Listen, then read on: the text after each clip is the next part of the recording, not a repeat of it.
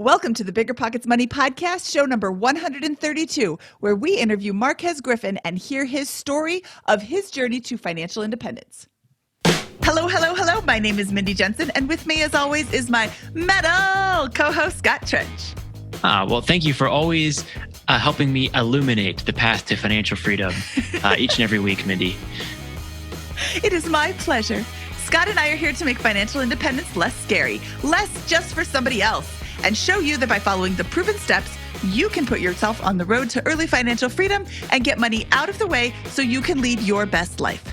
That's right. Whether you want to retire early and travel the world, go on to make big-time investments in assets like real estate, start your own business, or even if you're just getting started on the aggressive all-out approach to financial independence like Marquez today, we'll help you build a position capable of launching yourself towards those dreams. Scott, I am super excited to bring Marquez on the show today. Not only does he represent the trades, people who have foregone college and gone directly into the building and trades, but he also is a shining example, an illumination, if you will, of what Illuminate you can do. with an A, right? Illuminate? Oh, sorry. Doubling down on my pun earlier. Yeah. Oh my goodness. All day, every day. If you're listening to this is Scott all day, every day. He doesn't just bring it for the show. He brings it in every other aspect of his life too. Okay. Anyway, this isn't about Scott. This is about Marquez, and Marquez kills it. He decided that he did not want to be poor. He grew up poor. He didn't want to be poor. So he's not poor. He has a job as a sheet metal worker. He has a job as a real estate agent. He has a job as a notary signing agent. And it's this last one that I really want to shine a spotlight on. I don't have any fun metal puns for that.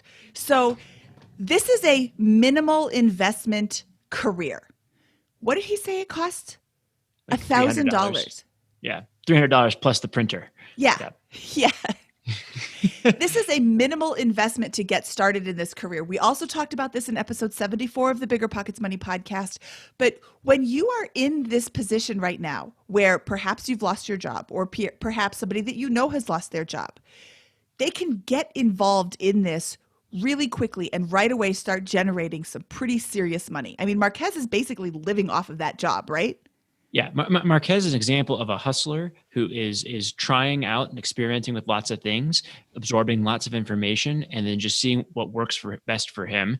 And I think he's 25 years old currently, didn't go to college, went through this trade school route, and is now applying these different items like notary, real estate agent to start his own business and make his own way with a strong financial foundation. So I think it's just a great episode and a great guy exemplifying somebody who's in the middle of the journey right now. Yes, and a non-traditional source of income, or several sources of income, are helping him propel himself in a way that he wasn't going to get having a traditional job. That's right. Marquez Griffin, welcome to the BiggerPockets Money Podcast. I'm super pumped to have you on the show because you represent a unrepresented group here on the show so far, and that is people who are in the trades. We had one other person, Tinian Crawford, on episode 44, where he talked about being an electrician and how college wasn't for him. And, the American dream in the 80s and 90s was you have to go to college. That's what you do after high school, and that's not always everybody's path. So I'm super excited to share your story today. Why don't you tell me where you think your journey with money begins? Well, I'm super excited to be here. So thank you guys for having me. And I'll say my money journey began. I'll just start from the very beginning. So I'm from Iowa. I grew up single mom. It was just me and my mom growing up. We didn't have a lot of money. And, for the first few years, it was pretty tough. It was a struggle. But eventually my mom met someone.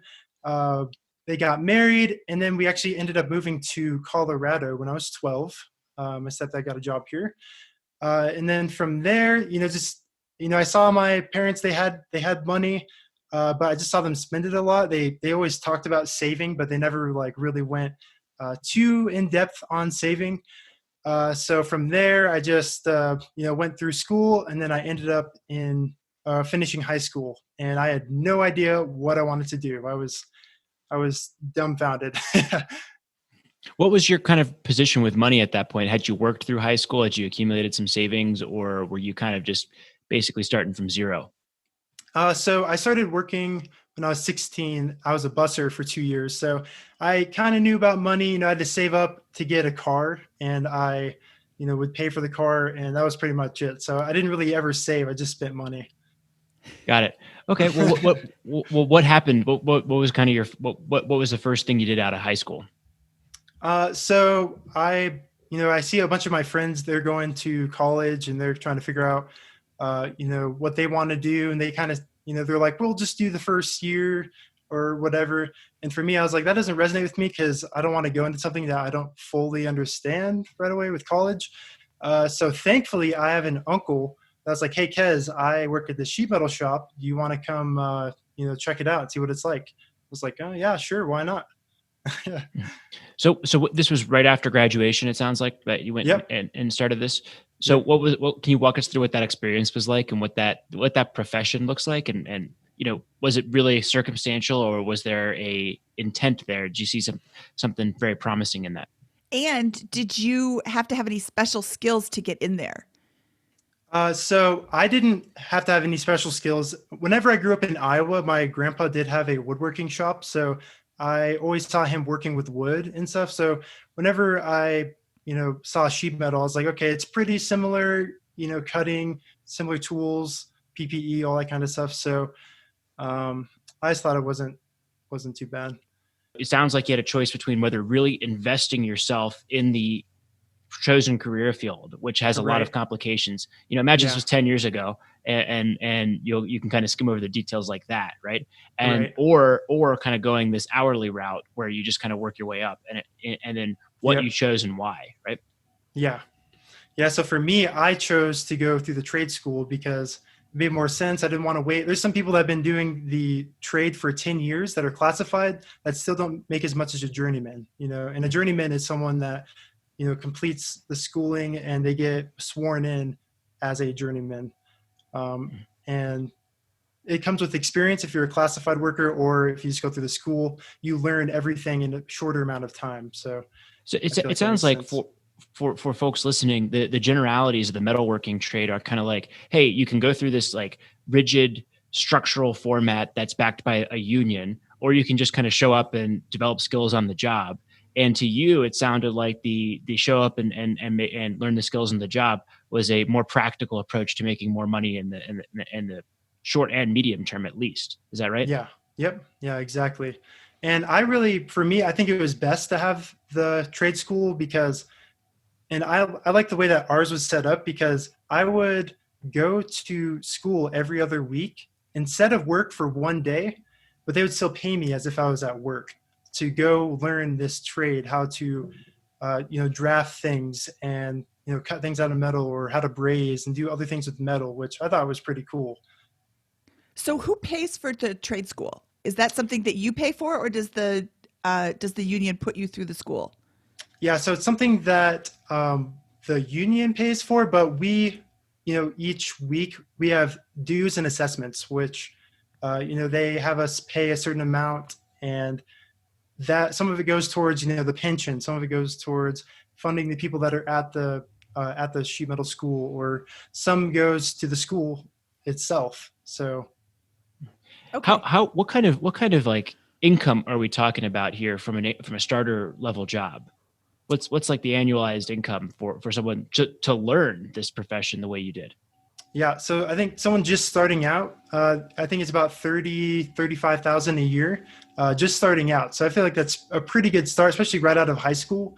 Um, you know, Before I was a busser, so I was making tips, hoping that you get, 20, $30 a night compared to this where it's, you're making a decent amount starting off.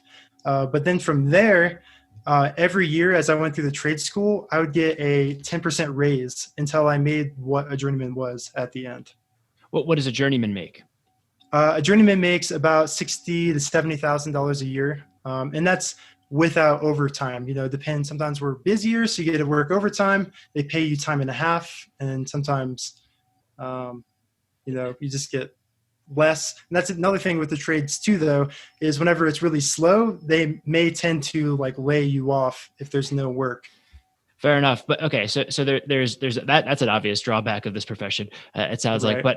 but in terms of what you just described, hey, instead of going to college, for example, and contrasting Mhm. that model, And you are paying for college, you are racking getting up debt. paid $35,000 a year at the very beginning, and Yep. then gradually increasing that up to a median income by years 3 and 4. It sounds like, Yeah. and then Yeah. ending that period with a $60,000 to $70,000 plus potential skill set.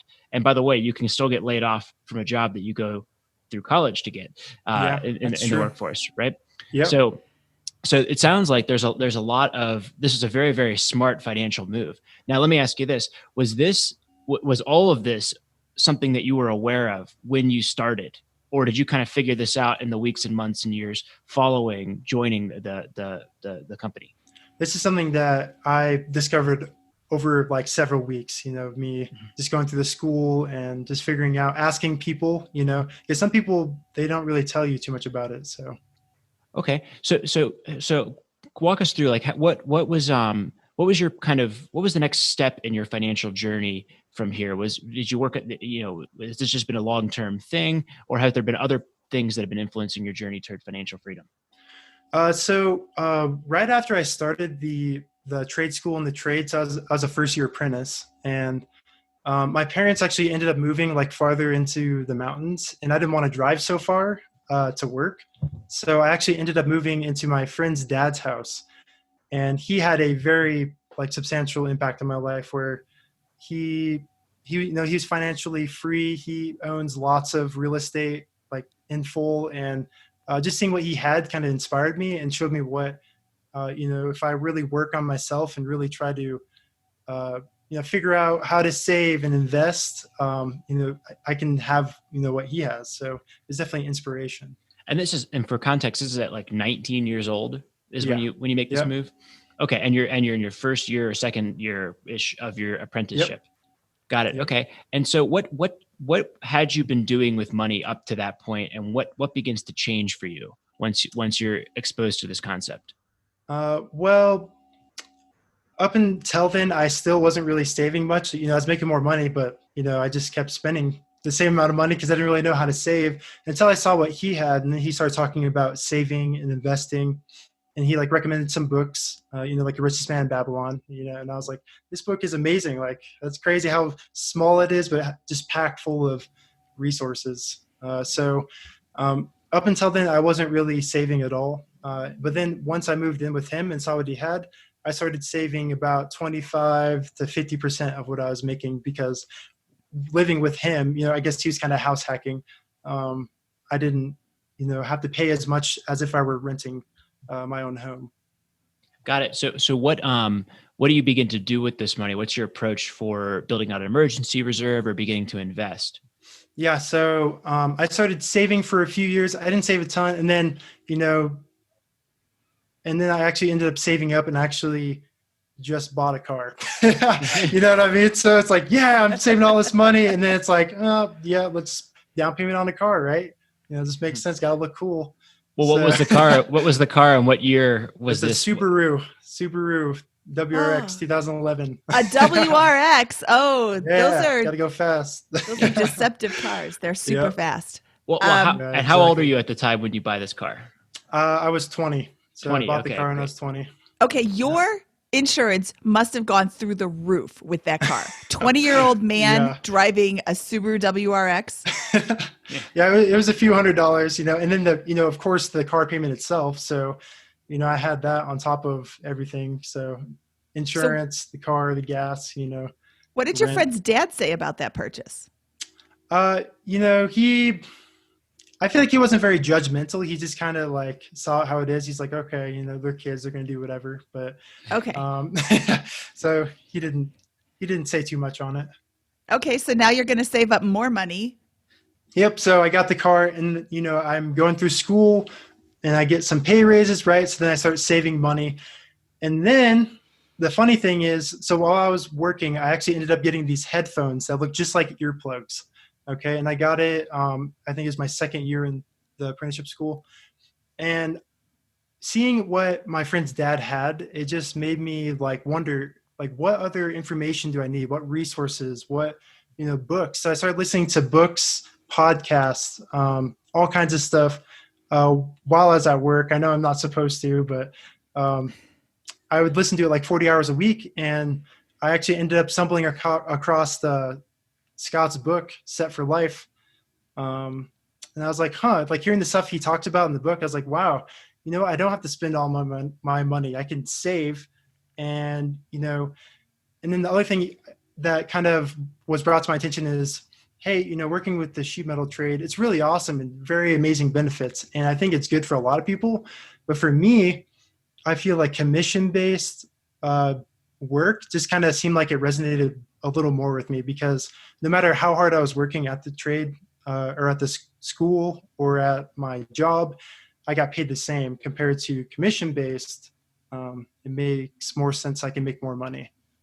Well, thank you first of all for the very nice plug of Set for Life. I appreciate that. But so what year was this when you kind of began discovering these concepts and making these kind of philosophical decisions, if not acting against them? So it was 2016. Sorry, I got that mixed. I graduated high school from 2013, so that's why I was. Oh, fair enough. Yeah. Okay. So it was 2016. Yep. All right. So in 2016, so 2016, you begin starting to read this stuff, and you find Set for Life in 2017. What are some things that begin to change for you about your approach to all of the quadrants of finance, including how you generate income? It sounds like there's some thoughts there. You're spending, you're investing, those types of things. Yeah. So, and around that time, I actually ended up leaving my friend's dad's house and moved into an apartment with his son, actually. So we were living together, but we were still renting together. So it was less rent than if I were renting a place myself. So I was, listening to all the books and stuff, and I started saving about 50% of what I earned for several years, like for 2-3 years. Yes. Because I was planning on getting a house, because he talks about house hacking, and I was like, oh, that just makes so much sense. Like, have other people pay for my mortgage, right? So I started saving up so I can have a down payment on a home. And when did you buy your first house? I closed on it February 2019. Yep. So last year. Okay. And are you house hacking it?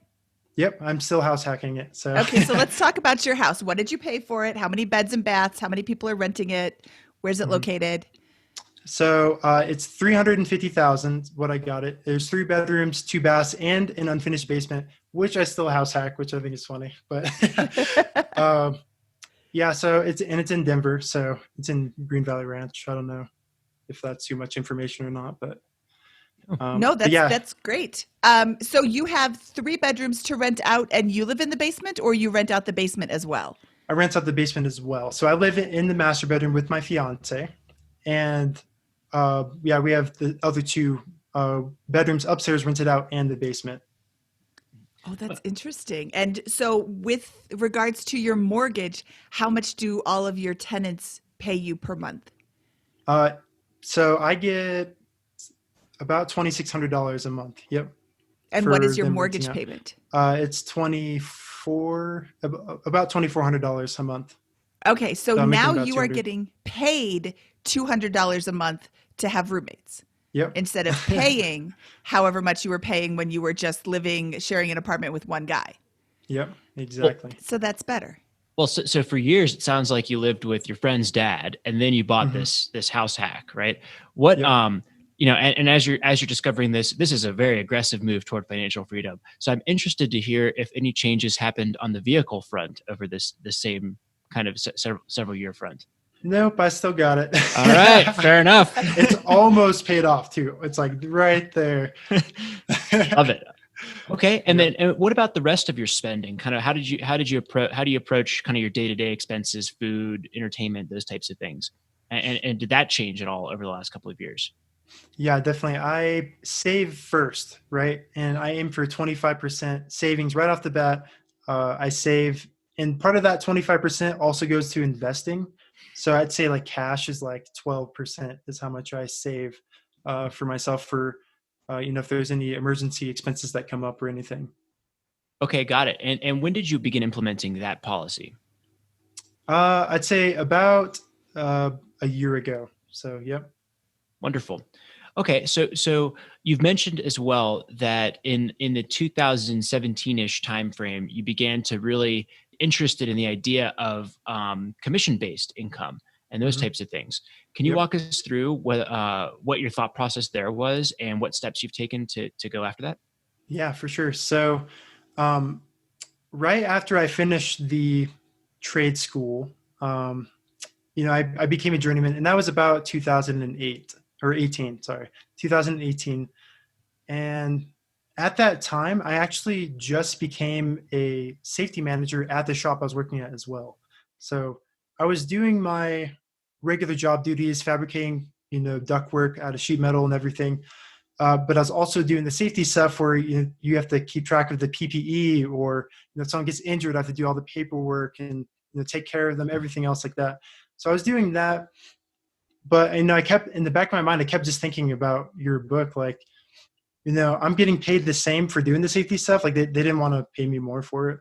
Um, so I was like, I think I want to try to make some more money to save up to really get this home that I want to get for the house hack.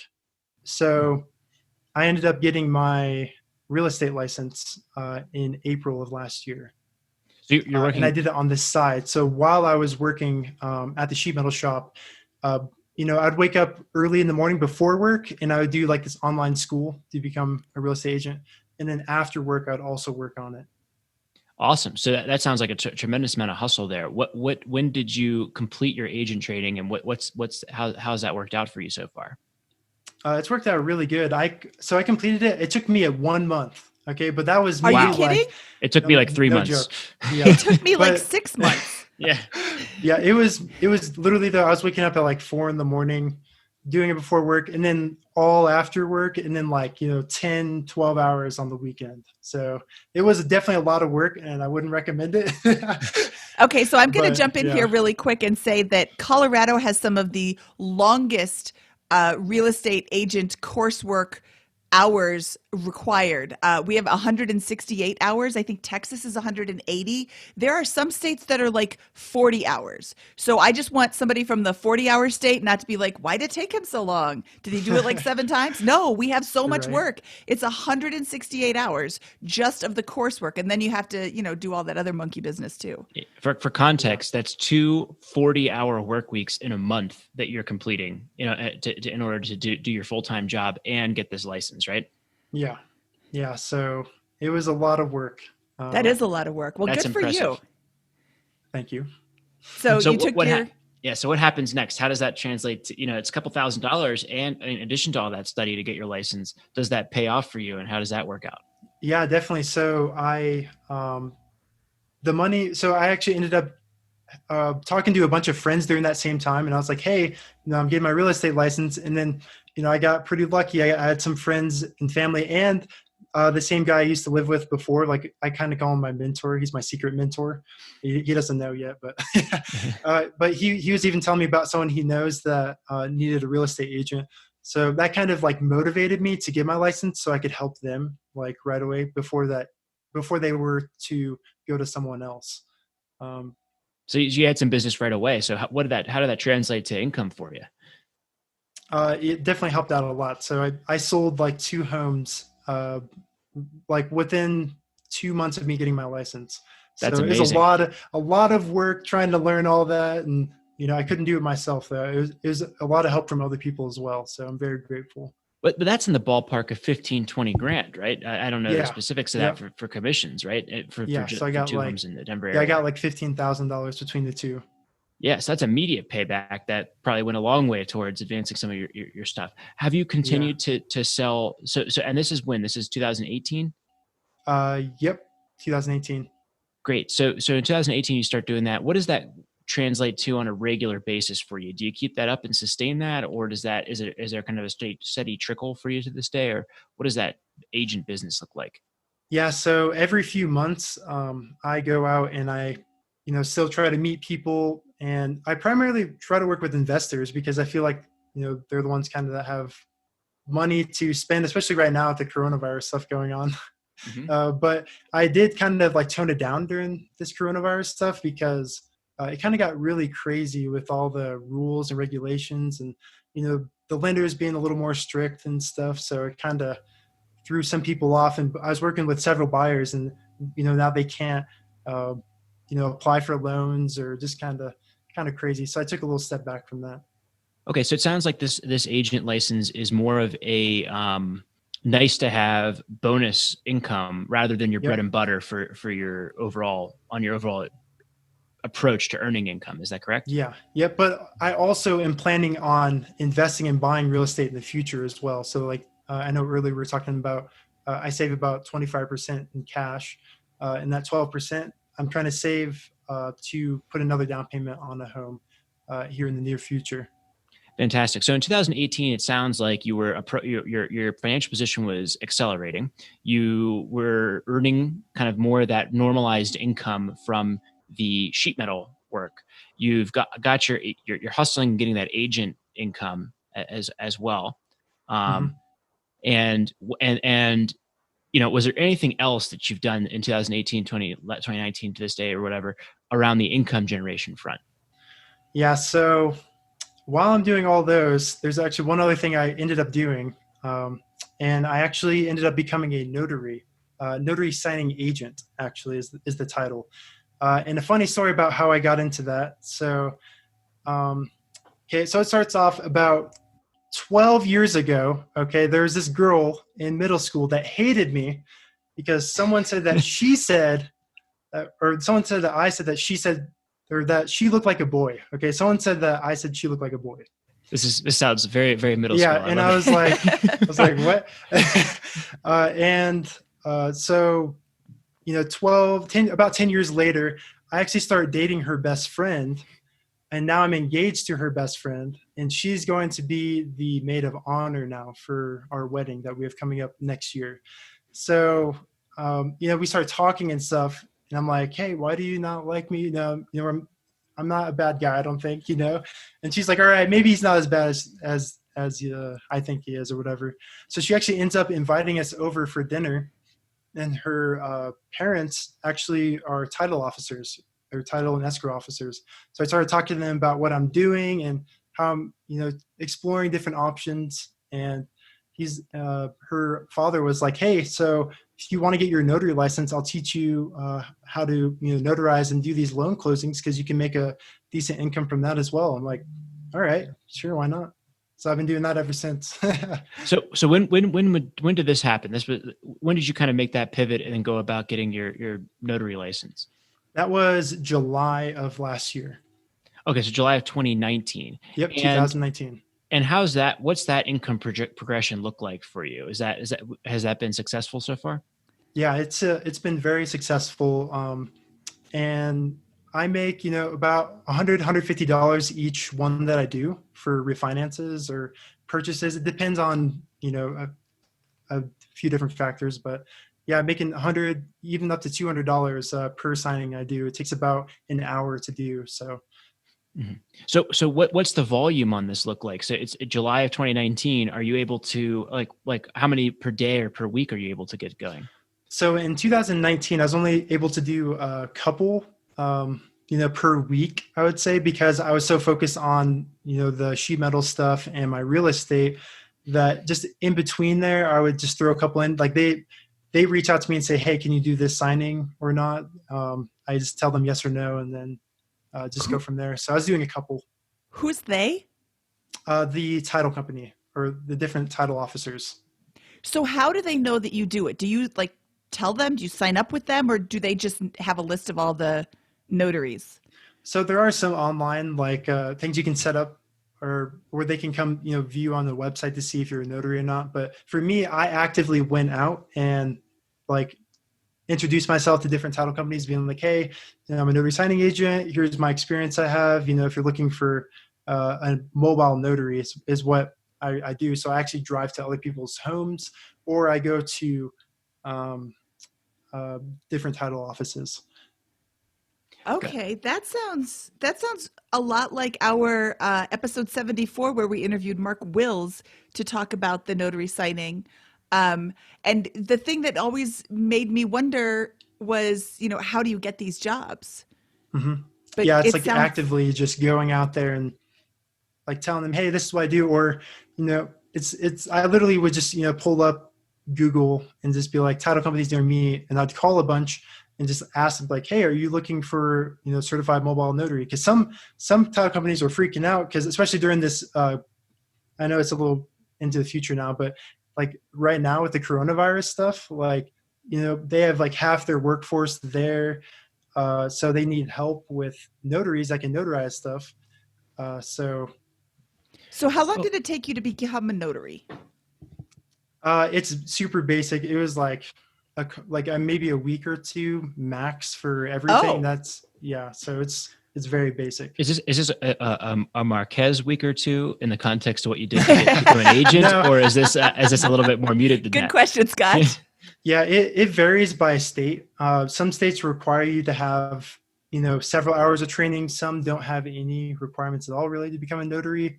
I think just the most. I think it was like 6 hours of schooling that just kind of tells you what a notary is. You take a couple tests, and then you're pretty much off to the races. There you go. Well, okay, Making so $100 an hour. yeah, Yeah. that's pretty. So this is, how does this play? So in the end of 2019, you've got your notary license, your real estate license, and you are a journeyman at the sheet metal shop, right? Yep. So what, given all these options, is there anything else you're doing on the income front, or how does your income profile begin to change the second half of 2019? I would just say 2019 is whenever I got my home, and I purchased this home knowing that I was going to house hack it. So having the house hacking and all these other things was helping me to save because I wanted to propel myself into commission-based full-time.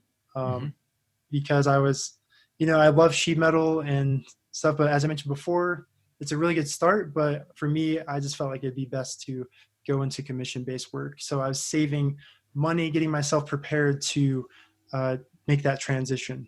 So have you made that transition? Yes, I did. So I actually When did that happen? I made the transition March. I think it was March 5th, 2020. So this year, my goal was April 1st, 2020. And it's kind of funny. It all happened like right around the coronavirus stuff.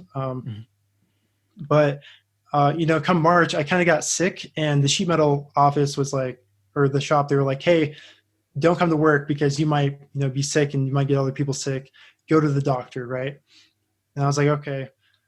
So I couldn't even get into a doctor for 2 weeks. So I really dug into my finances and like what I wanted to do in those 2 weeks while waiting to go to the doctor. Went to the doctor. They said, I'm not sick. And I was like, okay. And I actually ended up just calling my boss and I was like, hey, can you just, lay me off? Because, I don't really want to come back. And he's like, yeah, that's fine.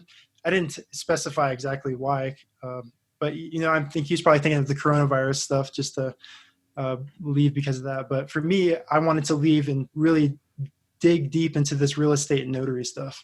Well, let's dive into this. So what was your position? We know you've developed multiple skill sets. It sounds like you have strong command of your expenses and you've got a stabilized house hack going on.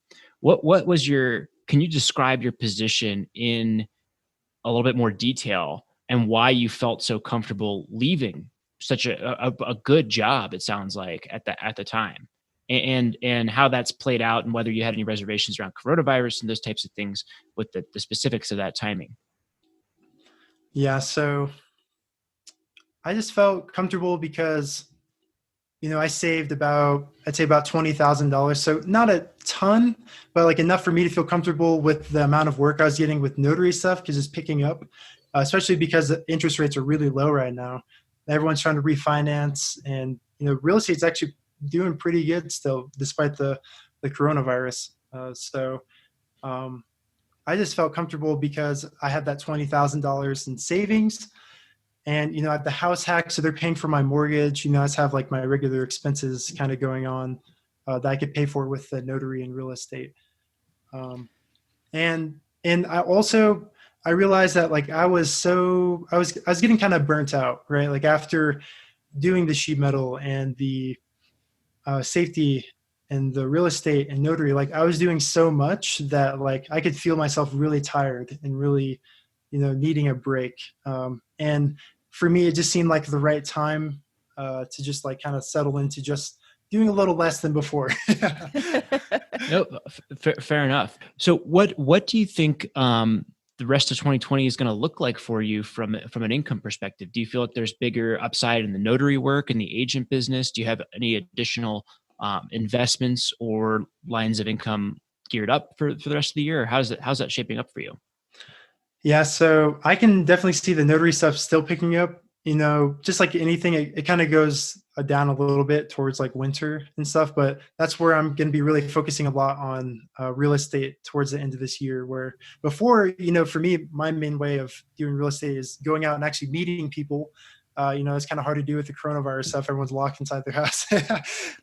But yeah, I'm going to really focus on real estate. But the notary stuff is really strong right now, so I'm going to keep focusing on that probably into fall. So go ahead, Mindy. How many closings are you doing a week on average? So it depends, but I'd say about 20 to 25 a week, just the notary closings themselves. How many of these were you doing before you left the sheet metal shop? I was doing about 10. Yeah, so I do a few after work, about 2 per day. This is what you just described is at $100 or $150 a clip is between $2,000 and $3,000 a week in income from these notary closings. Is that correct? Yeah, that's correct. That's amazing amount of income generation for 20, 25 hours a week of work. Yeah. Yeah. So it's very rewarding, but again, it's really how much work you put into it, how much you need to be very flexible, or, sometimes things will cancel, or, they need you to go way far away, and you're like, okay, you just gotta, just find what's right for you. Got it. Now, go ahead, Mindy. I was going to say, let's look again at this notary closing thing really quick. How much did it cost you to get your notary license? And I'm a real estate agent, so I know that there's continuing education for real estate agents. Is there continuing education for notary signers, or is it just like a one and done thing? Yeah, they usually have continuing education. I think it's every 4 years. Okay. And the cost for me to get my notary license was very minimal. I think it was less than $300 for all the courses and my notary stamp and book. So $300 for that. But then after that you have to get some like a printer, right? So I'd say all in all it's like around $1,000 to get started. So you could do this for 10 signings, make all your money back that you've spent out on it, and then everything else is profit. Yeah. How is this not like everybody doing this? Well, I don't know. I guess some people just don't know about it. But I also do know with the notary stuff, some people might be afraid because, if you make like a mistake as a notary, like you could have to go to court. Some people might not want to go to court. Like if, someone wasn't who they said they were, or something happened, like you might have to go testify in court. Do they have insurance for this to cover that? Yes. They have insurance, and they also have bonds. So. And do you have both of those? Yes. I do. So if you make a mistake, then the idea is that you try to correct that over the future, but you're going to have an insurance party defending you. Yeah. Yep. In court. Exactly. Love it. Okay. So let me ask you this, Marquez. You said you're gonna be focusing on real estate towards the second half of this year. How do you have any reservations or thoughts about the ability to get a loan towards the end of this year, given the changing nature of your pay and profession? I don't. At the end of this year, I'm going to be saving the rest of this year. I'm going to be preparing, just keeping an eye on the market, because I know lenders kind of tend to look at the last 2 years of your employment history. So I haven't made that much with everything that's going on, but I know in the past you've mentioned before, Scott, how not disclosing everything sometimes like may have like hurt you a little bit. Like with trying to get real estate or whatnot. So I know that this next year, whenever I file my taxes and stuff, I want to also disclose um, my Yes. house hacking income. Yeah. So To clarify for those listening, one of the things that people try to play games with when it comes to real estate is whether I categorize an expense as a capital expenditure or as an operating expense on a rental property, right? So let's say I put a couple $1,000s into painting a unit, right?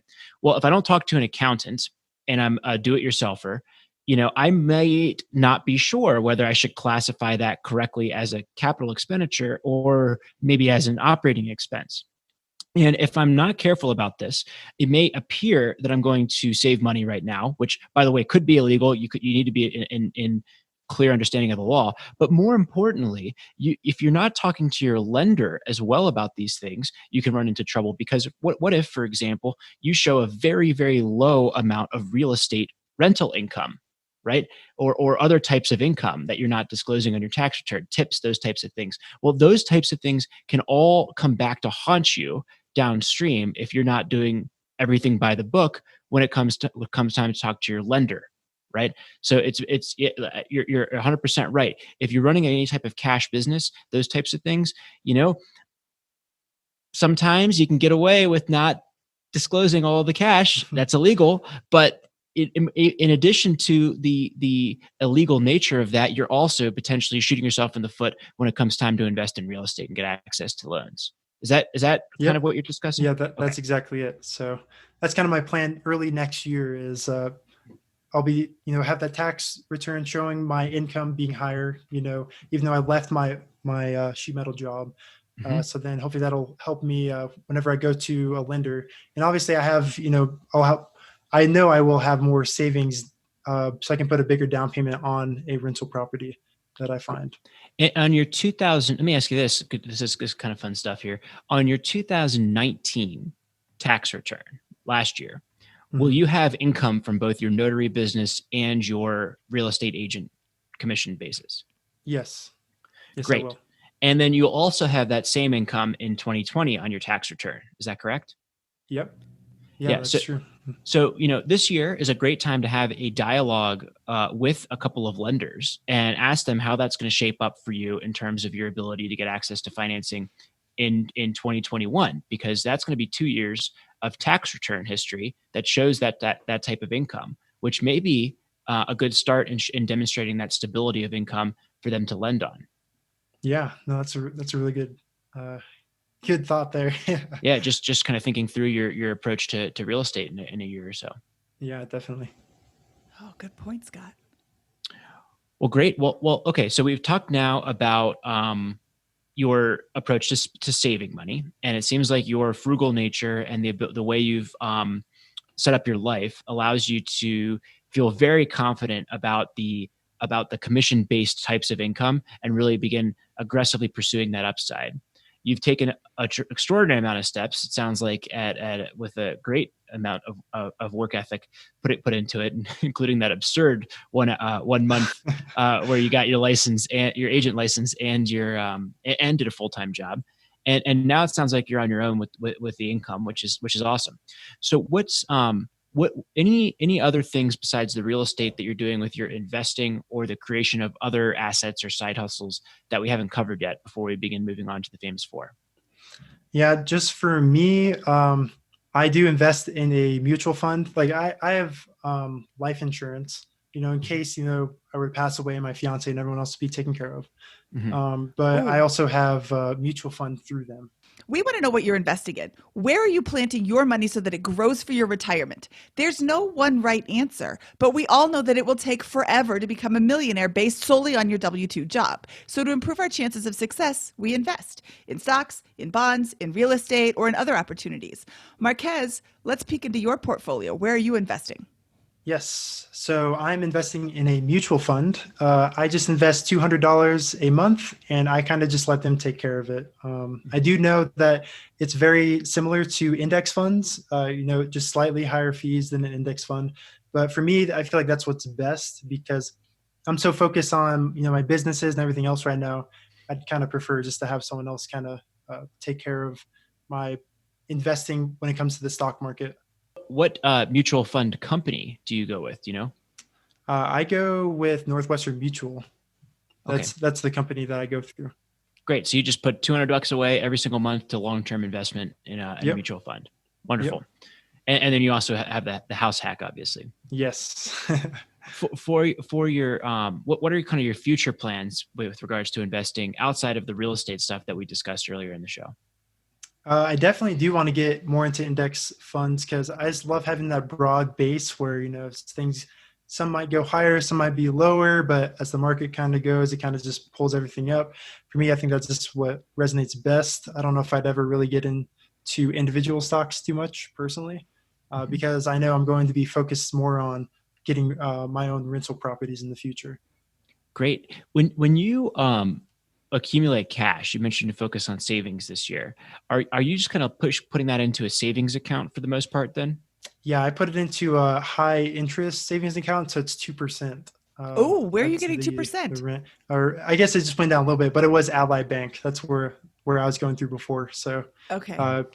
yep. So I guess it's about 1.5, 1.6 right now, but still better than I think most banks. Yeah. I actually use Ally Bank as well for my savings. So if anyone who knows anybody at Ally Bank and they want to sponsor BiggerPockets money, we're giving them free advertising right now. They're awesome. So yeah, yeah, I like them. They've got a good. It seems like they've got a really competitive interest rate product there. So okay, good. So do you have you mentioned you want to get into index fund investing. Do you have plans over time? What's enough in your savings account to cover your emergency fund and what you're trying to accumulate to get into real estate next year? And then what do you plan to do with the surplus? Is that kind of is the plan with the surplus after that to get into index fund investing? Yep. Yeah, exactly. So, I have, different buckets like everyone, right? And, I'm trying to put buckets in for what I'm going to be investing into the index funds, and then, certain buckets for the real estate. And then also my business stuff as well with the notary stuff. Wonderful. So when you say your business, are you reinvesting back into the business? Yeah, so I did just create my own notary business, and I'm actually planning on making a kind of signing service where it's kind of like Uber and Lyft for notaries. I know there's some that already exist out there, but I want to make my own. I feel like I could compete against the other ones that are out there. So, Oh, awesome. Very cool. Okay. Yeah. Is there any other part of your financial journey that you want to share with us before we move on to our famous 4 questions? No, I think that's it. Awesome. This time for the famous 4. These are the same 4 questions that we ask of all of our guests. Marquez, what is your favorite finance book? Well, I got to give it to Scott. Definitely the All one right. that really shook me up. Yep, that's a really awesome one. So that's thank you very Set much for for the plug. Life by Scott Trench, available where all books are sold. Yeah, we gotta get them to sponsor the show too. All right, what was your biggest money mistake? Probably my car that I still have because it's beautiful. But yeah, I'd say that's it because, if I wasn't investing in that car, like I was thinking about how, I looked at the money I would have saved from all the insurance and everything else. And it's like, $35,000 I probably would have, been able to keep or invest or what else or whatnot. But instead I decided to get a car. This is the thing is everybody's got that thing that they like to spend money on. As Mindy always says, personal finance is personal, right? And for me, I think that my equivalent of your car is I like to go out to dinner with my fiance on a regular basis and spend a little too much. And I like to not worry about what I'm ordering when I go to the restaurant. That's just my thing. And you have to accept that about your personal financial situation and make the trade-offs elsewhere. You are house hacking, and it sounds like you're extremely disciplined on the rest of the spending front, and you love your car. Great, right? Yeah. So it's you call it a mistake, but it sounds like you really love that car, and that's something that you are willing to spend on. Right. So, yeah, for sure. Great. Okay, what is your best piece of advice for people who are just starting out? Take action. Effort elevates is something I always tell myself. So just get out there and try different things, experiment, right? Like I didn't know what I was doing when it came to real estate or notary stuff. I just keep going. I make mistakes, but just keep going. I'd say that. And then one other thing I've learned is stress plus rest equals growth. So, Huh. just like, stressing yourself, really pushing yourself, but also taking time to rejuvenate and relax and take care of yourself. Got it. All right. What is your favorite joke to tell at parties? Oh, well, I guess I got one from when I was a kid. So, knock, knock, Who's there? boo. Boo hoo. Don't cry. I'm a friendly ghost. All right. Well, Right. Marquez, where can people find out more about you? So you can find me. I have a website. It's griffinmobilenotary.com. I'm on Facebook, Kez Griffin, Kez, Kez Griffin, or I'm also starting some stuff on YouTube for personal development. So Kez Griffin as well on there. Awesome. And we will link to all of these in our show notes, which can be found at biggerpockets.com/moneyshow132. Okay, Marquez, this was super awesome. I love how your story shows that you don't have to go to college. It isn't in everybody's path, and you can still make quite the living without first saddling yourself with massive debt from a college degree that you didn't really want anyway. Right. Yeah, I know. I'm very, very grateful. And I'm grateful for you guys because without this show, I wouldn't have known about a lot of that stuff either. Oh, go on. You guys are awesome. Marquez, how old are you right now? I'm 25. So I 25. just turned 25 June 3rd. And last year, about a year ago is when I met Scott in person. Yep. Wow. That's awesome. I can't even imagine where I would be now if I had figured this all out at 25. And you have no debt, right? Yep. So Yep. besides your home mortgage. So Yep. It's awesome to see. That's fantastic. Okay, Marquez, thank you so much for your time today. This was super awesome. It was great talking to you. Yes. Thank you guys. You guys are awesome. Take care. Oh, thanks. We'll talk to you soon. Okay, that was Marquez Griffin. Scott, what did you think of that story? I love Marquez's story. So a little disclaimer, I met Marquez about a year ago for, I think, a coffee around his birthday, actually. And we just chatted about his journey, his success to that point, all the things he was doing. And I would just remember being super impressed with him in terms of, how hard a worker he is, and how I love how he self-describes himself, which he didn't talk about in the show today, as an autodidact, which is someone who is self-taught and likes to self-educate. And so I think that probably started on the job. It sounds like maybe slightly inappropriately, but it's something that a passion that really comes through to him to this day, from him to this day, which I think is a huge part of the success that he's had to this point, is his ability to absorb tons of information and his just natural curiosity as well. Yes, and his ability to take action. What is your best piece of advice for people who are just starting out? Take action. That is so true. You can read everything you want. You can listen to all the podcasts in the world, but if you just sit there and do nothing with it, that's what you're going to get. Nothing. Yeah. A couple of years ago, I was reading 30, 50 books a year, right? I'm probably more down to like 12, 15 a year at this point.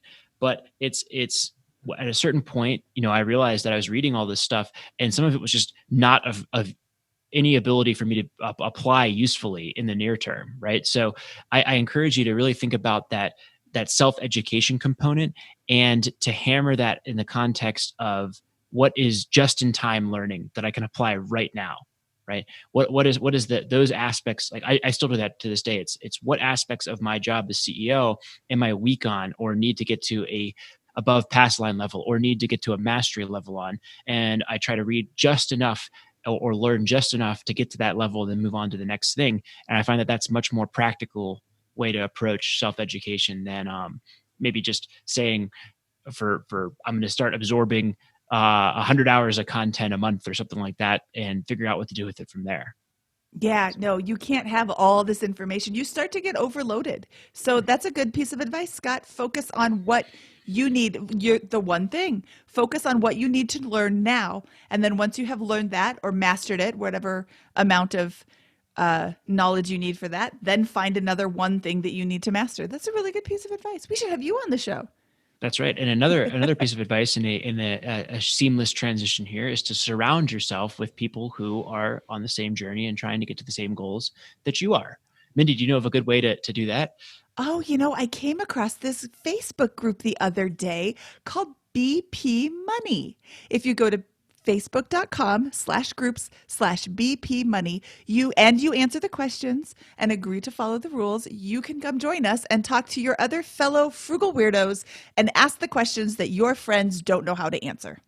That's right. And tell us in that group as well, about your story and your situation. And as we look at those and review those and comment and chime in, and Mindy and I personally in being involved with these conversations, that helps us pick which next guest we're going to have on the show, right? And the direction that we're going to have to help as we try to solve those types of problems. Yeah, what stories have we not covered that you want to hear? Today, we talked to only our second guest in the trades pursuing financial independence, which is, I didn't even realize that we hadn't covered that until somebody asked in the group, and I'm like, oh, we talked to Tinny and Crawford.